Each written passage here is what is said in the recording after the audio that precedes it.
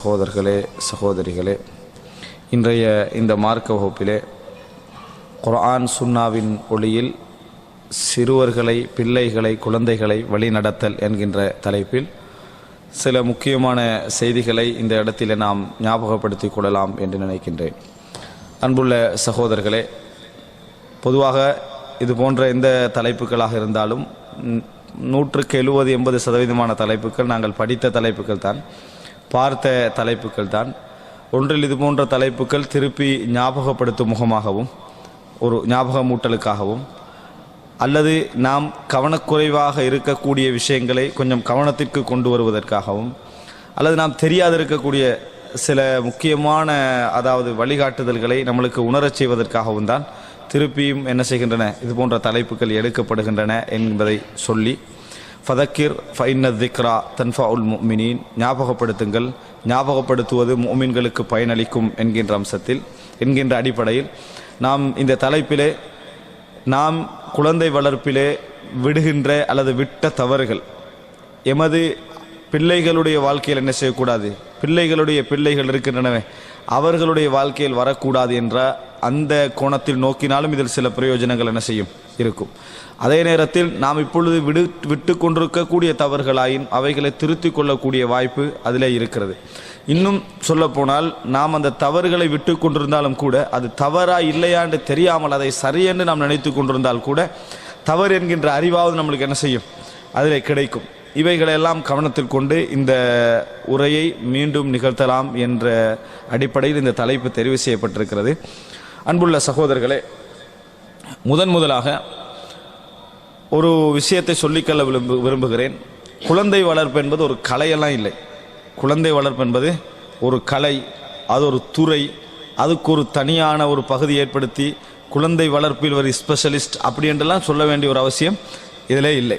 ஏன்னா குழந்தை வளர்ப்பு என்பது ஒவ்வொரு மனிதனுடைய அன்றாட வாழ்க்கையில் சம்பந்தப்படக்கூடிய விஷயம். அதனால் இது ஒரு துறையோ பெரிய கலையோ பெரிய இதுக்கென்று ஒரு பெரிய பிரயத்தனம் நம்ம எடுக்க வேண்டும் என்ற அவசியமோ இல்லை. ஆனால் சில நுட்பங்களை, சில அடிப்படைகளையும், சில இயல்புகளையும் நாங்கள் புரிந்து கொள்வது, மார்க்க அடிப்படையில் புரிந்து கொள்வது போதுமானது நமது குழந்தை வளர்ப்பு சிறந்த முறையில் அமைவதற்கு. ஏனென்று சொன்னால், படிப்பித்தல் என்கின்ற நேரத்தில் ஒரு ஆசிரியர் இருக்க வேண்டும். ஆனால் குழந்தை வளர்ப்பை பொறுத்த வரைக்கும் தந்தை படிக்காதவராக இருக்கலாம், எழுதக்கூட தெரியாதவராக இருக்கலாம், அடிப்படை அறிவற்றவராக கூட இருக்கலாம். அவர் கூட குழந்தையை சிறந்தவராக வளர்க்க முடியும். அவர் கூட குழந்தையை சிறந்த ஒருவராக வளர்க்க முடியும். எனவே இது ஒரு பெரிய துறை, பெரிய கலை என்கின்ற அமைப்பில் இல்லை. நமது குழந்தை வளர்ப்பை அந்தந்த அணுவாக ஒவ்வொரு விஷயத்தை இன்னொருவரிடத்தில் படித்துத்தான் வளர்க்க வேண்டும் என்கின்ற நிலையில் குழந்தை வளர்ப்பில்லை. இது கூட ஏன் பேசப்படுகிறது என்று சொன்னால், மார்க்க ரீதியான வழிகாட்டல். குர்ஆன் என்ன சொல்கிறது, ஹதீஸ் என்ன சொல்கிறது, இதை அடிப்படையாக வாழ்ந்த நபித்தோழர்கள், அவர்களை தொடர்ந்து வந்த தாபீன்கள், அவர்களை தொடர்ந்து வந்த தபு தாபீன்கள், பிற்காலத்தை நாம் பெரும் பெரும் இமாம்களாக மதிக்கக்கூடியவருடைய வாழ்க்கையில் எப்படியெல்லாம் இது நடந்தது என்பதை தெரிந்து கொள்வதுதான். மற்றபடி நம்ம வாழ்க்கையில் குழந்தை வளர்ப்பில் இருக்கக்கூடிய எல்லா இயல்பையும் அப்படி ஆய்வுக்கு உட்படுத்துகிற ஒரு விஷயம் அல்ல. ஏனென்றால் இன்றைக்கு அப்படி ஒரு பகுதி ஓடிக்கொண்டிருக்கிறது. குழந்தை வளர்ப்பு ஸ்பீச்சை கேட்டுட்டு எப்படி போவாங்கண்டா, இவ்வளவு நாள் நாங்கள் வளர்த்தது பிழை, இன்றையில்தான் முதலாக என்ன செய்யணும், வளர்க்கணும் என்கின்ற அமைப்பில் சில உரைகள் நடத்தப்படுகின்றன. உளவியல் என்ற பேரில், விளங்கிட்டா, அல்லது வழிகாட்டல் என்ற கவுன்சிலிங் என்ற பேரில் இப்படியெல்லாம் நீங்கள் எப்படி செய்யக்கூடாது, அப்படி செய்யக்கூடாது என்று எந்த அளவுக்கு ஆக்கிட்டாங்கன்னு சொன்னால், இப்போ ஒவ்வொரு பெற்றோர்களும் பயந்து கண்டிருக்கிறாங்க.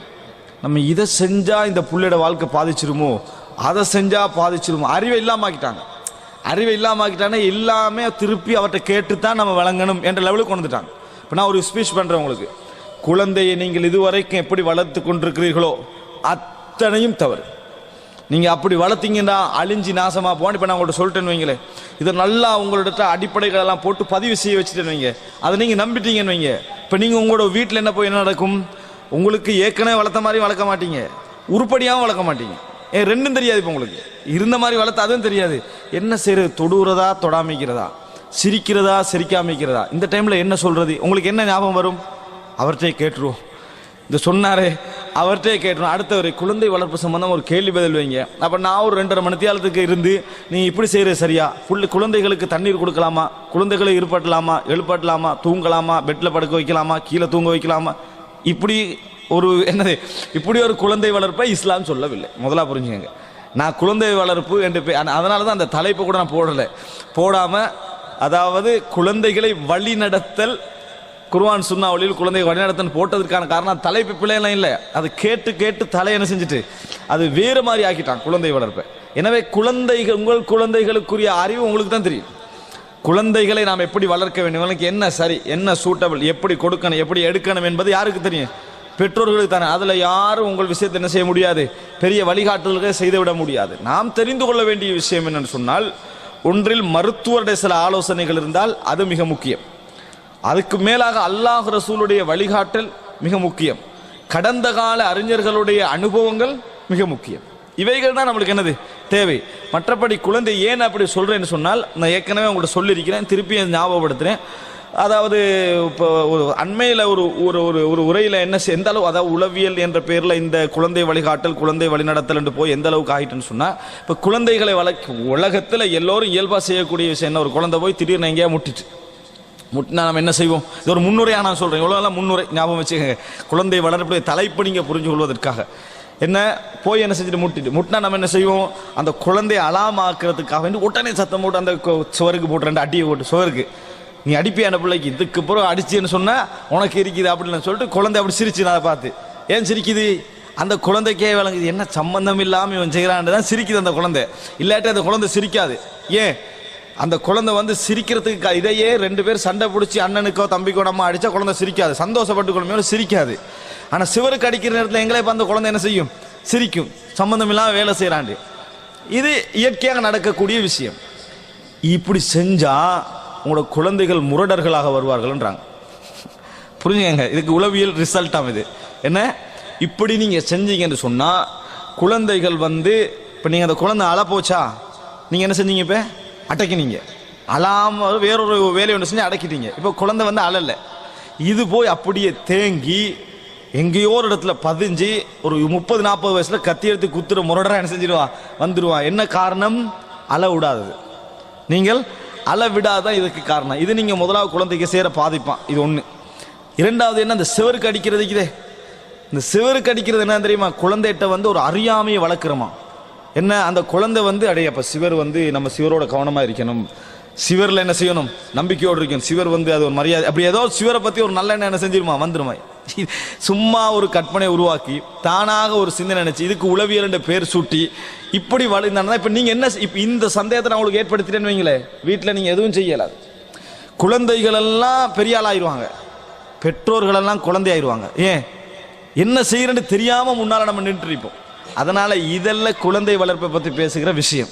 இதில் முதலாக புரிஞ்சுக்கங்க, குழந்தை வளர்ப்பு இந்த மாதிரியான விஷயங்களை கற்பனை கதைகளை அதை இதையும் கொண்டு பேசுவதில் குழந்தை வளர்ப்பு இதெல்லாம் போய் இதெல்லாம் நம்ம இந்த இதெல்லாம் தலையில் சிந்தனையில் எடுத்து நமது குழந்தைகள் விஷயத்தில் என்ன செஞ்சிடக்கூடாது, இதுகளை கொண்டு போய் செல்வாக்கு செலுத்திடக்கூடாது.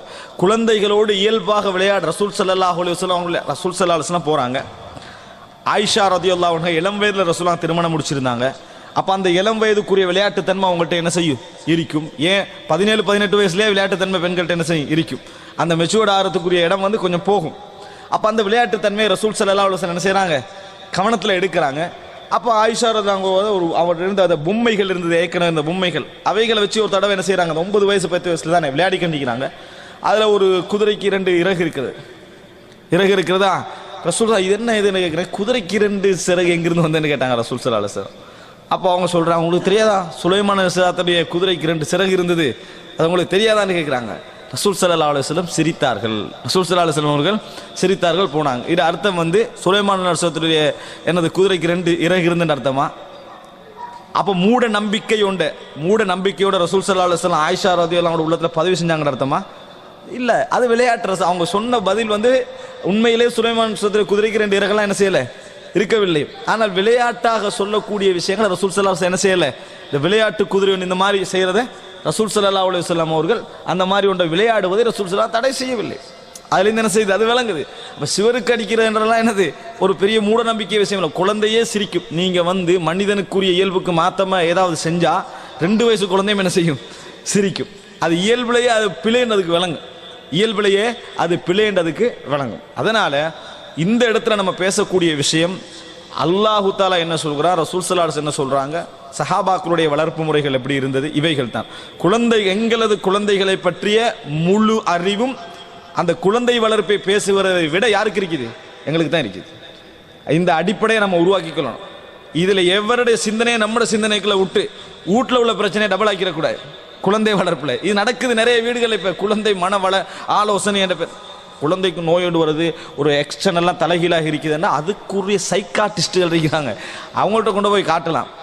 இது சும்மா என்ன செய்யறது, குழந்தை வளர்ப்பு என்ற பேரில் எல்லாரையும் சைக்கோலஜியால் பாதிக்கப்பட்டால் மாதிரி என்ன செஞ்சிடறாங்க, மாற்றிடுறாங்க. அப்படியெல்லாம் இதில் குழந்தைகளை இன்றைக்கு அடிக்கக்கூடிய பெற்றோர் பயப்படுறாங்க. அடித்தா இவன் முரடனா வந்துட்டான், உணர்வு அடக்கினாலே முரடன், பெரும்ப தூக்கினா இன்னும் முரடனா வந்துடுவான், அடிக்காட்டி பெரும் முரடனா வருவான். புரிஞ்சுக்கங்க சரியா? அடிக்கவில்லை என்று சொன்னால் அடிக்க சொன்ன மார்க்கத்திலே இருந்து கொண்டு இருக்கிறோம். ஐரோப்பிய கலாச்சாரம் போல ஆசிரியர்களை அத்துமீறக்கூடிய, ஆசிரியர்கள் மீதே அத்துமீறக்கூடிய மாணவர்களை உருவாக்குற ஒரு கலாச்சாரத்தில் நாங்கள் இல்லை. அது அந்த லெவலுக்கு என்ன செஞ்சிட்டாங்க, போய்விட்டார்கள். உரிமை என்ற பேரிலும் உளவியல் என்ற பேரிலும் அந்த லெவலுக்கு என்ன செஞ்சிட்டாங்க, போய்விட்டார்கள். அதனால மனதிலே பதிய வைத்துக் கொள்ளுங்கள். முதல் அம்சம், நாங்கள் இங்கே பேசுவது மார்க்க ரீதியான வழிகாட்டலை மட்டும்தான். உலகத்திலே நிச்சயமாக சந்தேகம் இல்லாமல் உளவியல் ரீதியான சில சிறந்த வழிகாட்டுதல்கள் இருக்கின்றன, அதில் எந்த மாற்று கருத்தும் இல்லை. அது இந்த கற்பனை கதைகள் அல்ல. இந்த மாதிரி நம்ம மனசுக்கு வாரதும் சிந்தனைக்கு வாரதும் பேச்சுக்கு வாரதையும் உட்டடிப்பவைகள் எல்லாம் என்னது ஒரு நாள் உளவியல் வழிகாட்டல்களாக மாறாது என்பதை நம்ம புரிந்து கொள்ள வேண்டும். அன்புள்ள சகோதரர்களே, இது முதல் அம்சம். அதனால அழகான முறையில் இயல்பாக நம்ம வாழ்க்கையை பழகிக்கணும். குடும்ப வாழ்க்கையாக இருந்தாலும் சரி, வேறு சிந்தனையெல்லாம் போட்டு நம்ம அதை நடத்தி கொள்ள வேண்டிய அவசியம் இல்லை. இயல்பாக கோபம் வருதா, அந்த இயல்பான கோபத்தை சிந்திங்க, அவ்வளோதான்.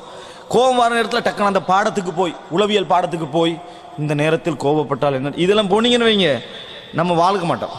இது நல்ல வழிகாட்டலும் என்னது இல்லை. இதே தான் குழந்தைகள் விஷயத்திலும் இயல்பாக என்ன செய்யணும், நம்ம இயல்பாக இருக்க பழக வேண்டும். இதுதான் முதல் முக்கியமான அம்சம். அன்புள்ள சகோதரர்களே, எனவே இந்த அடிப்படையை மனதிலே பதிய வைத்துக் கொண்டு நாங்கள் மார்க்க ரீதியாக நாங்கள் என்ன எண்ணங்களோடும் என்ன சிந்தனைகளோடும் குழந்தைகளை அணுக வேண்டும், குழந்தைகளை பற்றி இலட்சியங்களை அவர்களது எண்ணங்களில் எப்படி உருவாக்க வேண்டும், அவர்களை எப்படி பழக்கப்படுத்த வேண்டும், அப்படி பழக்கப்படுத்திய வரலாறுகளில் ஒரு சில உதாரணங்கள் என்ன, இவைகள் நம்மளை கொஞ்சம் என்ன செய்யும். இப்போ நம்ம செய்து கொண்டிருக்கிறோமே அதை டெவலப் பண்ணும். இப்போ நம்ம செய்து கொண்டு இப்போ எல்லாரும் அதான் செஞ்சு கிடைக்கிறோம். எந்த தந்தையாவது சாராயம் விற்கக்கூடியவனாக இருந்தாலும் சரி, விபச்சார விடுதி நடத்தக்கூடியவனாக இருந்தாலும் சரி, தன் குழந்தை அந்த இடத்துக்கு வரது அவனுக்கு என்னது விருப்பம் இல்லை. மனிதாபிமான அடிபட்டு போன ஒரு 10% நபர்களை தவிர 90% எல்லோரும் நல்ல எண்ணங்களோடு நல்ல குழந்தைகளை உருவாக்க வேண்டும் என்று தான் நினைக்கிறாங்க. அவர்களுக்கு கொஞ்சம் மார்க்க ரீதியான ஒரு வழிகாட்டல் கொஞ்சம் என்னது தேவை என்பதை நம்ம புரிந்து கொள்ள வேண்டும். அன்புள்ள சகோதரர்களே, முதல் அம்சம், குழந்தைகளை பொறுத்த வரைக்கும் இஸ்லாத்துடைய பார்வை, அல்லாஹ் ரப்புல் ஆலமீன் குர்ஆனிலே சொல்கிறான், அது ஒரு கிஃப்ட். குழந்தைகள் அல்லாஹ் தஆலா சொல்கிற இடத்துல ஹிபா, எந்த வார்த்தையில் அல்லாஹ் தஆலா சொல்றான், ஹிபா யஹபு லிமன் யஷாஉ இனாதன் வயஹபு லிமன் யஷாஉ ذுகூர அவ் யுஸவ்விஜுஹும் ذுக்ரான வ இனாதா வயஜஅலு மன் யஷாஉ அகீமா. அல்லாஹ் தஆலா சொல்கிறான், நாடியவர்களுக்கு இறைவன் ஆண் குழந்தைகளை கிஃப்டாக கொடுக்கிறான், நாடியவர்களுக்கு பெண் குழந்தைகளை அல்லாஹ் தஆலா அன்பளிப்பாக வழங்குகிறான், ஹிபாவாக வழங்குகிறான், வஹப். அதே போன்று சிலருக்கு அல்லாஹ் தஆலா என்ன செய்யறான், அதாவது அவ் யுஸவ்விஜுஹும் ذுக்ரானன் வ இனாதன், ஆணையும் பெண்ணையும் சேர்த்து கொடுக்கிறான். நாடியவர்களை மலட்டுத்தன்மையுடையவர்களாக, அதாவது குழந்தை கிடைக்க முடியாத நிலைக்கு அல்லாஹ் தஆலா என்ன செய்கிறான், மாட்டுகிறான். நாலுமே யார் செய்யறது, இறைவன் செய்யறது. நாலுமே யார் செய்யறது, இறைவன் செய்யறது. இந்த சொல் இருக்கிற மலட்டுத்தன்மை என்ற சொல், இது அரபுடைய நேரடி டிரான்ஸ்லேஷன் அல்ல, தமிழ்ல உள்ள பிரச்சனை. அது வழங்கிட்டா, இது தமிழ்ல உள்ள ஒரு பிரச்சனை. ஆனா அரபு அப்படி சொல்லலை. அரபு அக்கம் என்றது கற்பம் உருவாக அமைகிறது, அவ்வளவுதான். வேற எதுவுமே அதுல என்னது இல்லை. ஆனா தமிழ்ல அதைத்தான் என்ன செஞ்சுக்கிறாங்க, அந்த பேரை தான் வைத்திருக்கிறார்கள். அப்ப அது செந்தமிழின் அழகின்மைக்கான ஒரு ஆதாரம், ஒரு இடம், அந்த இடம் சரியா. அது கொடுந்தமிழ்னு சொல்லுவாங்க. இதுக்கு கொடுந்தமிழ் வேற எதுக்கு சொல்லணும், இது இங்க கொடுந்தமிழ் தான். இது அதே நேரம் இறைவனுடைய பார்வையில் என்னன்னு சொன்னால், அத்தனை செய்யறது யாரு, அல்லாஹ் தான்.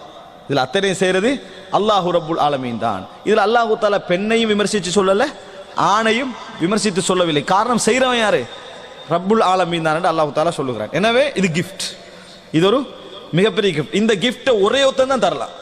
யார் தரலாம், அல்லாஹ் ரப்புல் ஆலமீன் மட்டும்தான் என்ன செய்யலாம், தரலாம். அப்ப அல்லாஹ் தஆலா ஒரு சிலருக்கு அந்த கிஃப்ட்டை கொடுப்பான், சிலருக்கு அல்லாஹ் தஆலா அந்த கிஃப்ட் என்ன செய்ய மாட்டான், கொடுக்காமல் இருக்கலாம். சில பொழுதுகளில் கொடுத்தது சோதனையாகவும் கொடுக்காத நலவாகவும் என்ன செய்யலாம் அமையலாம். அதனால தான் நாங்கள் எத்தனையோ நபிமார்களுடைய வரலாற்றிலே பார்க்கிறோம், அல்லாஹு தாலா அவர்களை குழந்தையை குட்டுக்காமலே என்ன செஞ்சு